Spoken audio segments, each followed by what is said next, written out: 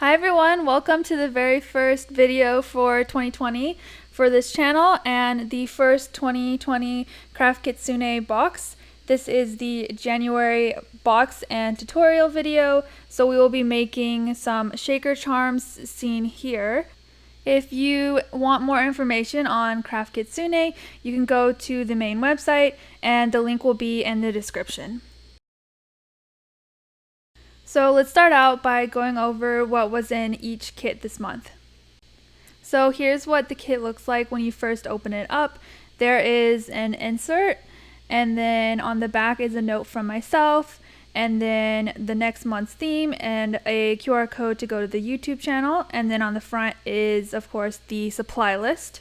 And then when you open up the tissue paper, here are all the supplies for the month. Each kit comes with 2-part resin. This is a 3-to-1 ratio of AB or 2-part resin. A set of 8 shaker molds. So they are all silicone clear shaker molds. So they'll work with UV resin and they're really easy to demold. And there are a variety of designs as you can see. A bottle of UV resin. Alcohol ink in opaque white, and then fuchsia and blue. A needle tip squeeze bottle. An assortment of various embellishments and inclusions for fillers as well as to finish or add some sparkle to your pieces. A silver and gold Sakura keychain blank. 10 gold and 10 silver bales. 4 pieces or sheets of transparent film. And then lastly, an illustrated button by Jade.Grove, as well as an illustrated sticker with the same ice cream truck design. So for this tutorial, we will be making shakers, like I mentioned earlier. Shakers are resin charms, or when people in the crafting community mention shakers, they are most likely made out of resin, and they are resin charms that have little inclusions inside of them that you can move around. Either they are filled with liquid or they are dry shakers. So for this tutorial, we're going to start with the resin pour, but before we can pour, we'll need to mix up the resin. And so I'm going to go ahead and mix the entire resin that comes in the kit, which is 120 milliliters. So I just dumped out both bottles, both parts, into a cup. And you want to stir the resin for 2 minutes, and honestly I'm stirring a little bit too quickly. You want to stir a bit slower to avoid getting a lot of bubbles, but this resin in particular, I found that I can stir pretty quickly and not get many bubbles at all, and I pop any bubbles that I get using a lighter after I pour them. And this resin is pretty liquidy, so I think that helps with avoiding bubbles. And then I did pour out both contents of the AB resin bottles. So I have more resin that I'm going to use later to dome the pieces. But if you want to be able to dome the pieces using the resin in the kit, I would suggest making just 4 of the shakers. Anywhere up to maybe 6 of the shakers. I'm going to be doing all 8 though, so I can show you all 8 of the designs. So after 2 minutes, I'm going to transfer about half of the resin into a silicone cup. And then to color the resin, I'm going to be using all 3 of the alcohol inks that came in the kit. So in 1 cup, I'm going to add the fuchsia pigment or alcohol ink, and then in the other, the blue ink. And then I'm going to stir both cups. And then I'm going to add some of the opaque white pigment into each cup and then stir them again. After that, they're ready to pour into the molds. Alright, so here are all 8 of the molds, and I'm going to be using both colors in each of the molds. So I'm going to pour roughly half of each mold blue and then half pink. I was trying to find the right way to describe that. But yeah, so I just start with one end and then pour. What did I do? I should probably take the spoon out before I pour them or it's going to fall everywhere. Alright, so now we're ready to pour. So as you can see, I pour the blue one and then as well as the pink one, and they're going to meet in the middle, and they won't mix together too much in the middle. They kind of like meet in the middle and then stop, but they kind of blend together a little bit, if that makes sense. You'll see later when I demold or unmold them. And this is probably my favorite part of the process to edit, is pouring into the molds, because I find it really relaxing and rewarding, I guess, when the colors meet in the middle, and then just watching all of the molds kind of magically fill up. Next, I'm going to take my torch lighter and pop any bubbles that I see. So just very quickly running them over each mold and lighting them. And then after this step, I'm going to leave the molds to cure for 2 days. It will take anywhere between 1 to 2 or 3 days to fully cure. So I like to give it 2 days just to be safe. Alright, so now 2 days later, they are ready to be popped out of the molds. And so one of the first things I noticed, and you might notice as well, is that the colors did become more saturated during the curing process. So just keep that in mind, that that can happen with the alcohol inks during the curing process. Alright, so now they're ready to fill. But before I fill them, I'm going to do 2 things. I'm going to paint the details and then cut out the clear film. So I'm going to go ahead and prepare the clear film. So I'm going to trace and cut it out into the shapes that I need for each of the designs. So I use a dry erase marker to trace out the shape that I need to cut out. This way I can easily rub it off after I'm done cutting it. So this sheet of clear film that I have here is slightly different. It's a larger sheet, but the 4 sheets, or the 4 pieces that are included in the kit, total the same size as this one sheet, and they will be enough to cover at least one of each of the 8 designs of the shakers. So I tend to cut out the shape a little bit larger than it needs to be, just to make sure that the shape is going to be big enough to cover the hole or the cavity completely, but it cannot be too big to where it goes over the shaker. So if it's too big and goes over the shaker, it's going to create this weird ridge on the end. So you want to make sure that it's still like contained within the shape overall. So here are all the cutouts, one for each of the designs, and I'm just going to take some a paper towel to clean off the dry erase marker. For painting on the details, there are a couple options. So the first option seen here is after they're done curing, to go ahead and take a needle tool or a really fine paintbrush and paint inside the details, and then do this a couple times for a couple layers to really build up a nice color. You can also paint inside the small engraving marks, and then use like a wet wipe to run over the paint, and so any of the paint that's like outside of those engraving marks will come off. This is pretty satisfying to do, in my opinion. So that's option number 1. The second option is to paint the details before you even pour the resin, and so you use the same needle tool or a small paintbrush. Just be careful not to scratch the silicone mold itself, and then you have to wait for it to dry before you pour the resin, or else it will get messy. So yeah, so paint and then wait for it to dry, and then I like to do 2 or 3 layers for this as well. And then here are some pieces I poured using the method where I painted the molds directly. And so here's what that looks like. Alright, so now I'm going to go back to the shakers I made using that first method of painting on the details. And now I'm going to actually fill the shakers. And I apologize for the lighting in this portion of the video. It was nighttime and it gets dark way too fast now because it's winter.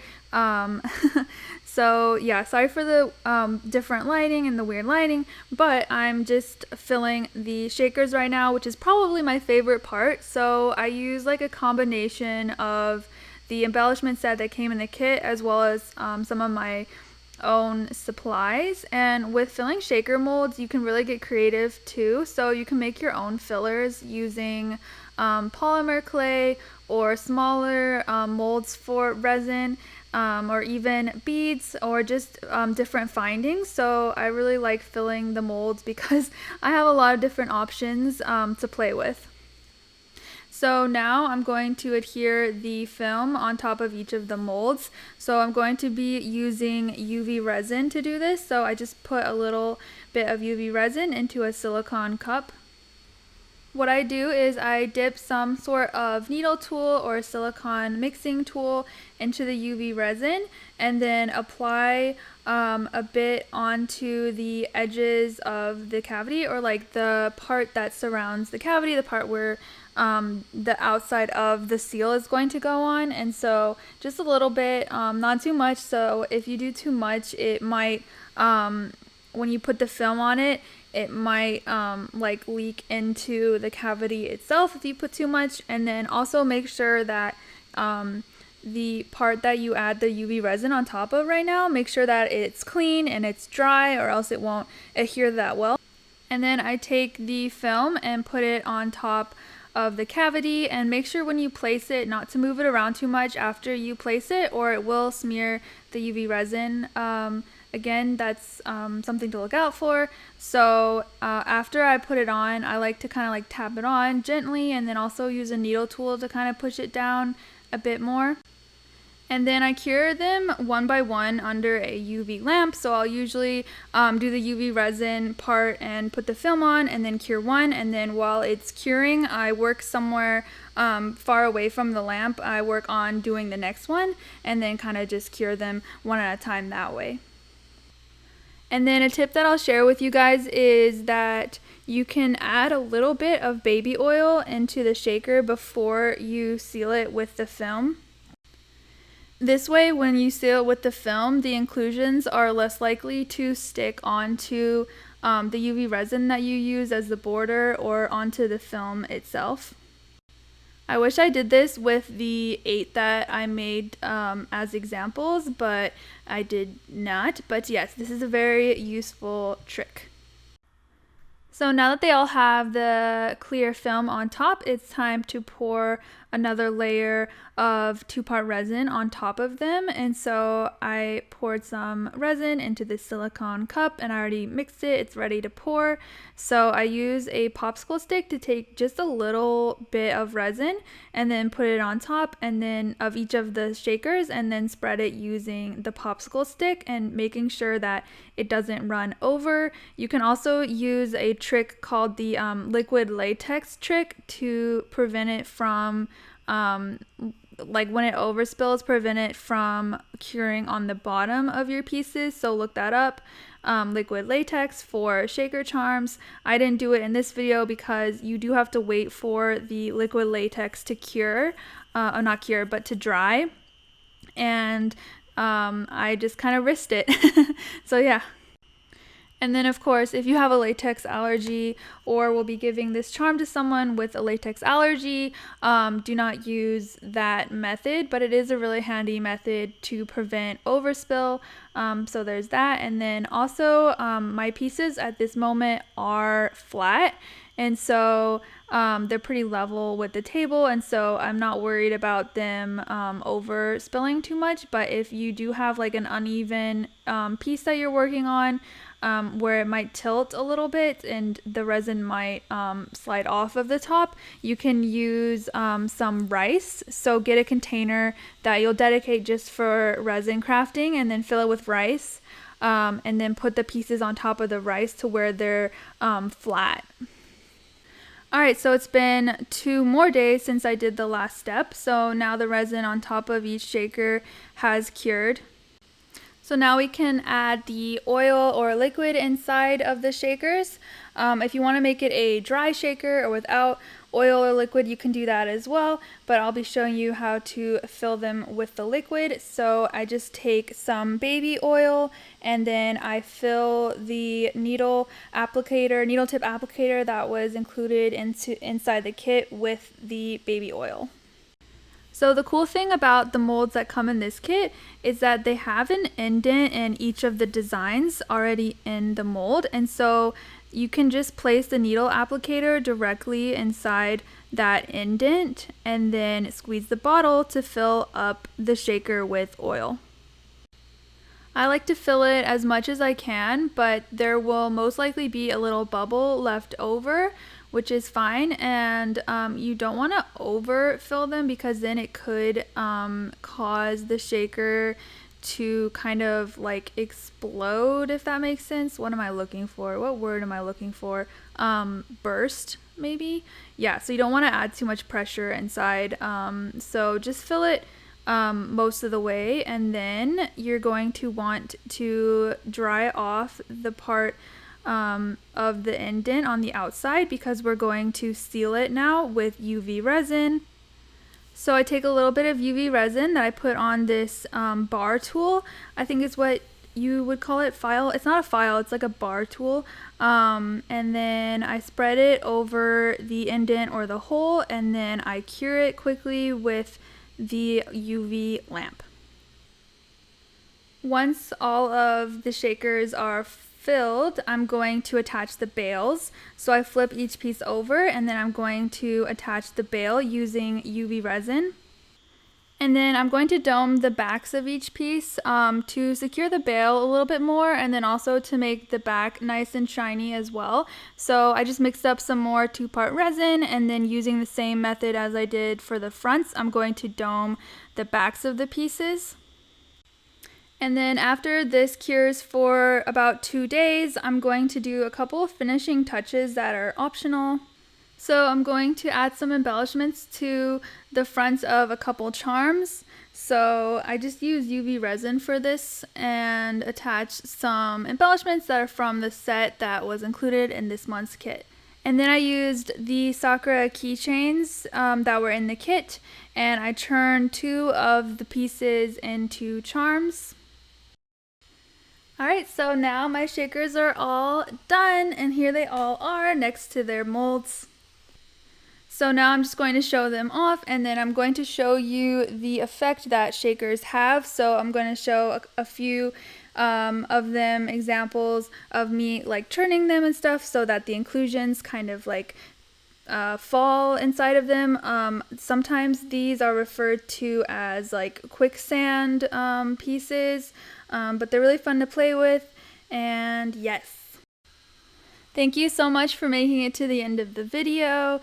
I'm really excited to see all the shakers that my subscribers make, so please share them on Instagram, or you can email me. Make sure to tag me in an Instagram post at Kitsune. And then next month we will be making merry-go-rounds, but there will be a video before that February tutorial video because I am making a UV resin starter kit 2.0 video, so that will be the next video. Make sure you're subscribed to my channel so that you don't miss that video, and turn on notifications. So I mentioned in the beginning of the video that you can find out more about Craft Kitsune by going to the link in the description. But basically, Craft Kitsune is a monthly subscription box to make crafts such as the one in this video. If you want to purchase past kits, if there is still stock remaining, you can do so. Just go to the link in the description again. I had a lot of fun making these shakers. I hope this video was informative and helpful for all you crafters out there, and I will see you in the next video. Bye!